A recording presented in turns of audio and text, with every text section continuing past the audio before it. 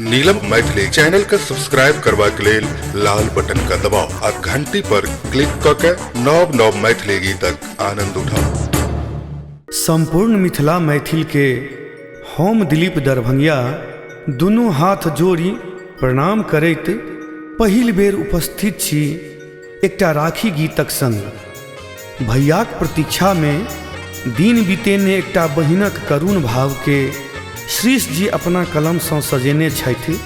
आशा रखैत छी जे नीक लागत।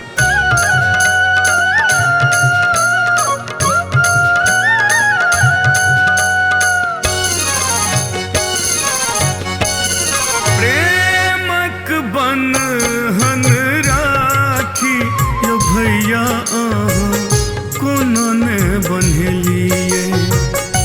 प्रेमक बन्हन राखी यो भैया कोना ने बन्हेलिए। बाटल रही गेल बाती, बाटल रही गेल बाती यो भैया कोना आस तोड़लिए। प्रेमक बन्हन राखी यो भैया कोना ने बन्हेलिए।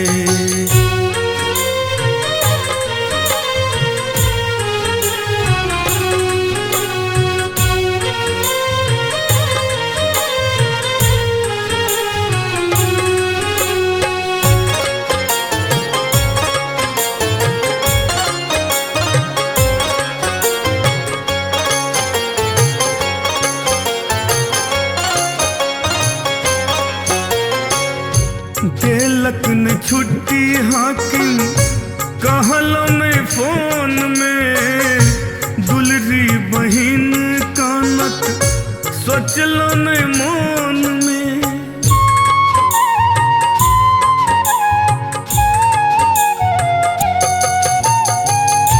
देलक न छुट्टी हाकिम कहलो न फोन में। दुलरी बहिन कानत सोचलो न मन में। मंगी तो न गहना साड़ी यो भैया किए हमरा कन लिए। मंगी तो न गहना साड़ी यो भैया किए हमरा कन लिए। बाटल रही गेल बाती, बाटल रही गेल बाती यो भैया कोना आस तोड़लिए।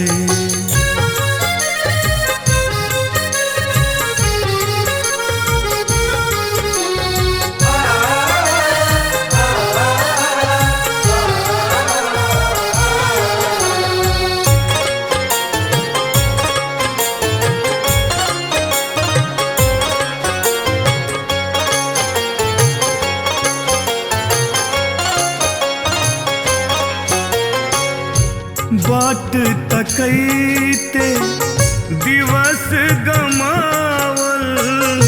साँझ पड़ल पर दरस ने पावल।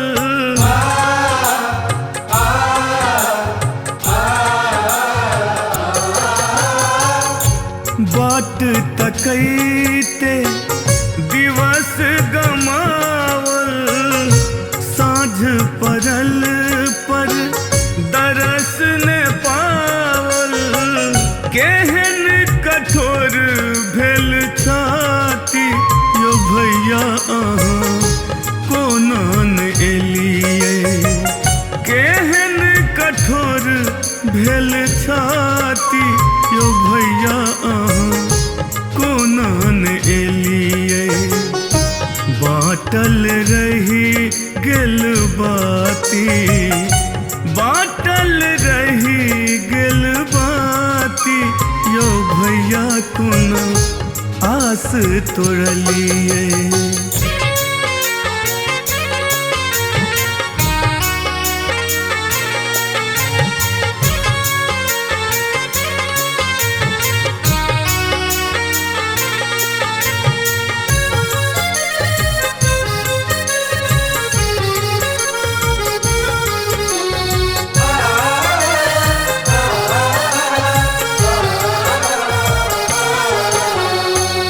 लाख बरिस जीवू आशीष दै छी दिलीप दरभंगिया हे श्रीस कहै छी।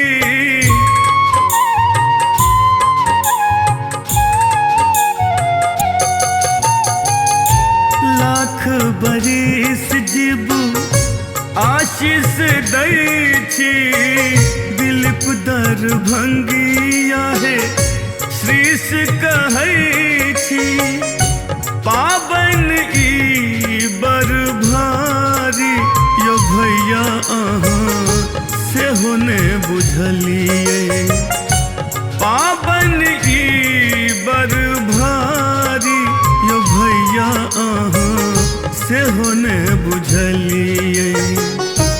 बाटल रही गेल बाती, बाटल रही गेल बाती यो भैया कोनो आस तोरलिए।